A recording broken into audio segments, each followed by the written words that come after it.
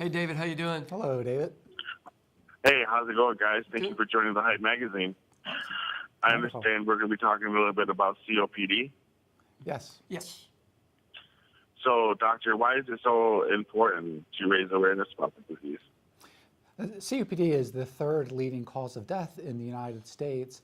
And although 16 million people have been diagnosed with it, there are additional millions of people, perhaps as many as 11 to 12 million, who have evidence of COPD who has not been diagnosed with COPD. And it is, in fact, both a disease that is preventable and treatable. And if you don't know that you have the disease, you clearly can't get the appropriate treatment for it. So that's why we're trying to increase awareness. How important is it to know the severity of COPD for determining management strategies? Well, the appropriate management of COPD is in large part based on different ways in which we measure severity. Now, certainly all people with COPD should get certain interventions. If they are currently smoking, they should undergo therapy to stop smoking. If they have are being exposed to indoor-outdoor air pollution, and that is something that should be decreased or eliminated. And we also aim to be sure that patients are appropriately vaccinated to decrease the risk of respiratory tract infections. But the goal of COPD treatment is to both decrease the risk of exacerbations, which are events where they get suddenly worse, and to improve their symptoms so that patients who have symptoms such as shortness of air or wheezing or cough, that with therapy you can decrease or eliminate those symptoms. So those are really the main goals. And of course, we want to be sure that people are exercising to the maximum that they can, because that is a way to both improve symptomatology and really to add additional quality of life to a person. Absolutely. Sean, when were you first diagnosed with COPD? So I was actually diagnosed, David, about 3 years ago.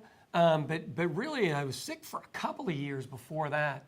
And kind of the thing when you go to get diagnosed, I wish I could do and solve, but I can't now, is I wish I would have made a list of all the weird red flag things that were happening with me. You know, getting older like I am, I kept thinking everything was because I was getting older. And so I'd go for a morning run and I'd come home and I'd tell my wife, I go, God, the air is so thick today, I can barely breathe. And she'd go, no, it's the same as yesterday. And I didn't realize I just wrote that off to being old. And I used to play indoor soccer, and so I could play for about 4 minutes hard, and then all of a sudden I couldn't breathe, and then so I had to drop down to 2 minutes, and I'd come home and go, man, I guess we're getting to that time I need to quit, because I'm just getting older. And I used to get sick a whole bunch where I'd have terrible cough and cough up just gross stuff. Sorry, I don't mean to gross out your audience, but I got to say it. But those things I would end up on steroids or antibiotics. And if you're ending up on steroids and antibiotics regularly, something's wrong. But I wish I would have written down the dates that I was on them, because I was going to different doctors. We call them doc in the boxes where I'm from, where they've got a retail outlet. And then I might go to another one that was closer to where I was. So I didn't have a file saying what was wrong. I really needed a file. Yeah, you're still very active and living a full life. Can you tell us what tips you'd share for people with COPD or caregivers to help improve their quality of life? Sure. I tell you, David, the biggest thing I could say to somebody is, do you want to live in hope or do you want to live in fear? And I choose to live in hope. So every day I wake up and I'm going to do something great today, even if I don't feel like it. But here's a little trick for everybody. If you don't feel like it and you feel terrible and you feel like you're swimming in mud in the morning, take 15 minutes and set a timer and feel bad for your 15 minutes. And you can have the biggest pity party you ever wanted. But when that dinger goes off, you got to get up and go do something.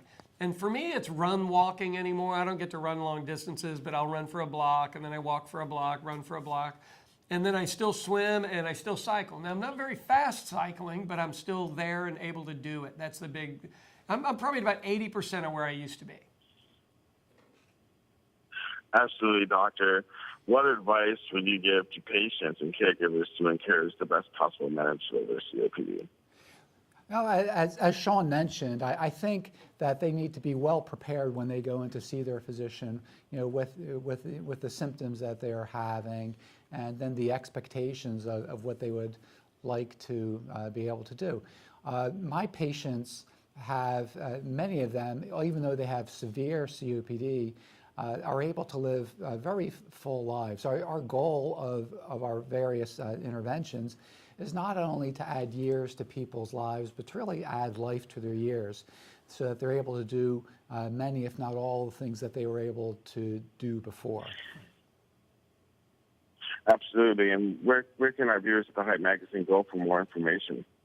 What I would recommend is go to the COPDfoundation.org.